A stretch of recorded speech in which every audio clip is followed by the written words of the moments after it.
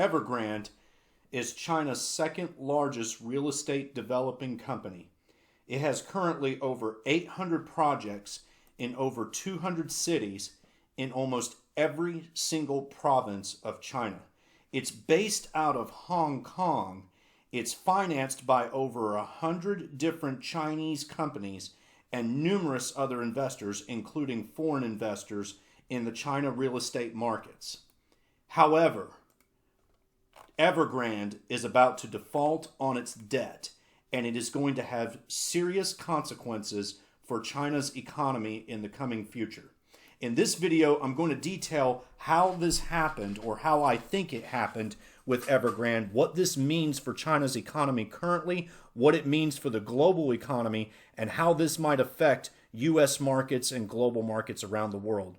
Before I continue, make sure you click that like button just to show me some support. Subscribe to my channel, click that notification bell, and always, after the video, leave a comment down and let me know what you think. If there's something that I missed on this, please let me know. If you've got any kind of questions or need any kind of clarification, I would love to help you with that. But continuing on, let's take a look at Evergrande's financials. So looking at their balance sheet here, you can tell that quickly there's a trouble going abroad because their cash and short-term receivables are starting to drain from 2019. So they nearly chopped in half in the last 3 years, going all the way back to 2018. If we take a look at their annual reports, see how it's dropped from 340 billion. Now these are Hong Kong dollars. Do not confuse that with US dollars. And that's 340 billion has now dropped to under 200 billion. Now, if you want the conversion ratio from Hong Kong to US dollars, roughly speaking, 8 Hong Kong dollars equals 1 US dollar. So in other words, right now, their cash and short-term receivables is about 25 billion US dollars. But when we take a look at their liabilities and short-term debt, they have been over-leveraged for years. Their short-term debt is still nearly 300 billion Hong Kong dollars. Total debt is 700 billion dollars, which leaves about a total of US dollars of debt at about 100 billion. And yet, even though they have $25 billion of cash on hand, and that might seem like a lot, faced with the expenses of having to pay down short-term debts, combined with financing existing projects, they are depleting their cash quickly, and they have signaled in their latest report, yielding August 31st, that they have tried but in vain to sell some of their physical assets in order to raise cash, and it has not been able to be profitable for them to do so. So this has caused them to yield into a credit crunch where literally they do not have enough money to even finance their existing projects, and so now all building projects have come to a halt, which means all revenue streams have come to a halt. This in turn has caused a panic in China's broad economy. China's junk bond yields for corporate bonds have gone up, and they have skyrocketed in the last 3 months from 8% all the way up to 14%.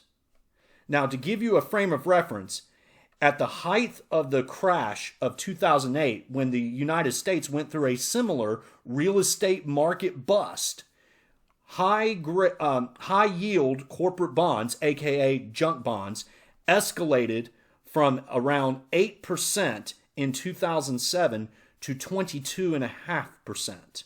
China's, in just 2 months, has gone from 8 to 14. If these rates continue to climb and they reach back up to the interest rate levels that we were seeing at the height of our crisis, it would be a definite signal to me that China's entire economy is about to go through a recession and could be in a depression, much similar to the Japanese real estate bubble that burst in the 1980s.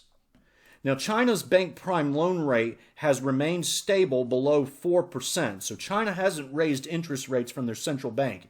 Instead, what I think that they have been doing through the rhetoric and reports that I have read is that China has clamped down and has basically forced their banks, or at least strongly coerced them, to not be so lenient with their credit lending. And because of this, Evergrande has found it much more difficult to raise financing through debt in order to continue its projects, probably something that they did not count on.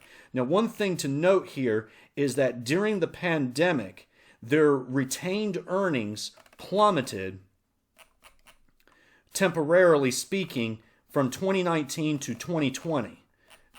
They did start to rebuild as of June 30th, 2021, but apparently the extra net income that was raised was not enough to alleviate their cash-strapped concerns.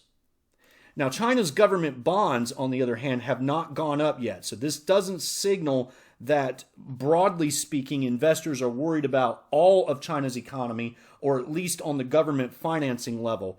But certainly speaking, given that their junk bonds are starting to spike, it's definitely causing investors to become wary about some of the riskier assets inside China.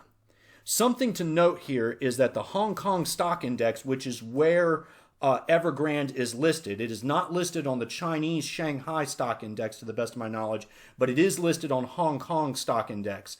Hong Kong Stock Index has crumbled by over 20%, or nearly 20%, since it peaked in late February of 2021. In the meantime, the Shanghai Index has not crumbled yet, so it has not fallen apart. Yet during the last two times that China went through market collapses, once in 2015, the other in late 2007, it was followed by a severe crunch in the stock market index, which makes sense because it was both times coincided with the bursting of the asset bubble. I would say that if Evergrande were to have ripple effects out inside China's market, we would be looking at a similar type collapse in China's Shanghai Index. Maybe not to the degree that it saw in 2007 or even 2015, since it hasn't reached those levels, but we could see a strong correction of, say, 20 to 25 or even more percent downward, much like what we're seeing on the Hong Kong Stock Index. Now, Evergrande's debt right now has totaled at about $100 billion, which sounds like a lot.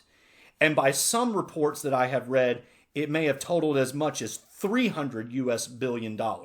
But Bear Stearns single-handedly in 2008, when it had to merge with JP Morgan and Chase, had $300 billion of debt. And yet there were still debt concerns with JP Morgan Chase, Morgan Stanley, Wells Fargo, and of course the infamous Lehman Brothers collapse. And each one of them had hundreds of billions of dollars of debt.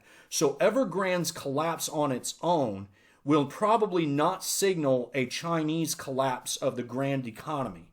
But the problem is that there's over 100 different Chinese banks from all over China that have invested in Evergrande. Their portfolios and balance sheets are exposed to Evergrande.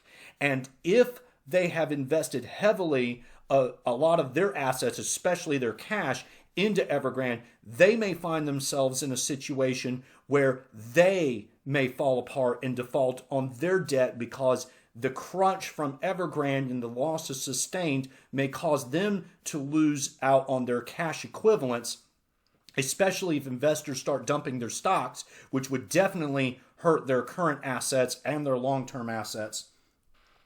And then that may in turn cause a systemic default massively on numerous Chinese banks, which would then starve any kind of cash lending out to other Chinese companies, which then could cause a feedback loop and a total general recession in the Chinese economy, the likes that we have not seen in nearly 15 years.